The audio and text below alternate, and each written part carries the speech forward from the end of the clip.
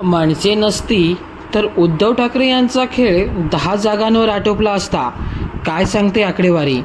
राज ठाकरे यांच्या मनसेला विधानसभा निवडणुकीत एकही जागा मिळालेली नसली तरी त्यांच्या मतेखान्यामुळे शिवसेना उद्धव ठाकरे गटाचा फायदा झालेला दिसत आहे.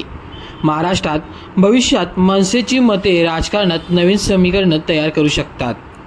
महाराष्ट्र विधानसभा निवडणुकीत राज ठाकरे यांच्या महाराष्ट्र नवनिर्माण सेनेचा मनसेचा एकही आमदार निवडून आला नसला तर त्यांनी उद्धव ठाकरे यांचा मोठा फायदा केला आहे. राज्यात उद्धव ठाकरे यांच्या युबीटीने जिंकलेल्या 20 जागांमध्ये 10 जागा अशा आहेत ज्यात मनसेच्या उमेदवाराला मिळालेल्या मतांमुळे विजयाचे अंतर निश्चित केले आहे.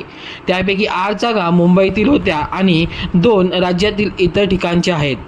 या 10 जागांवर जर मनसेने निवडणूक लढवलीच नसती तर उद्धव ठाकरे यांच्या जागा गटून 10 राहिल्या असत्या, तर एकनाथ शिंदे यांच्या शिवसेनेला पर्यायाने महायुतीला 10 अतिरिक्त जागा मिळाल्या असत्या.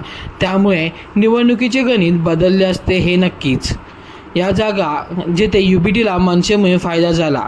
मुंबईतील माहीम, वरळी, विक्रोळी, जोगेश्वरी पूर्व, दिडोंशी, वर्सोवा, कालिना आणि वांद्रे पूर्व, तर महाराष्ट्रातील वणी आणि गुहागर येथे मनसेमुळे ठाकरे गटाला फायदा झाला आहे. तर जागेनुसार विश्लेषण चला पाहूया. मनसेचे हरलेले उमेदवार राज ठाकरे यांचे पुत्र अमित ठाकरे हे माहीमधून लढले होते. त्यांनी 33,062 मते घेतली. युबीटीचे विजयी उमेदवार महेश सावंत यांनी 50,213 मते घेतली. तर शिंदे गटाचे हरलेले उमेदवार सदा सरवणकर यांनी 48,897 मते घेतली. तर विजयाचे अंतर हे 1316 इतके होते. वरळी मतदारसंघाचा विचार करता मनसेचे हरलेले उमेदवार संदीप देशपांडे यांनी 19,367 मते घेतली.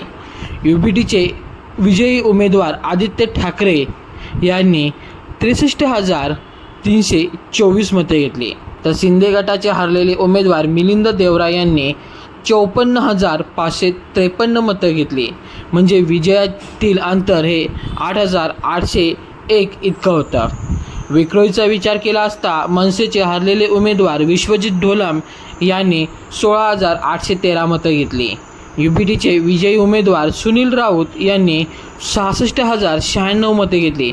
तर शिंदे गटाचे हरलेले उमेदवार सुवर्णा करंजे यांनी 50,567 मते घेतली. तर विजयातील अंतर हे 15,526 इतकं होतं.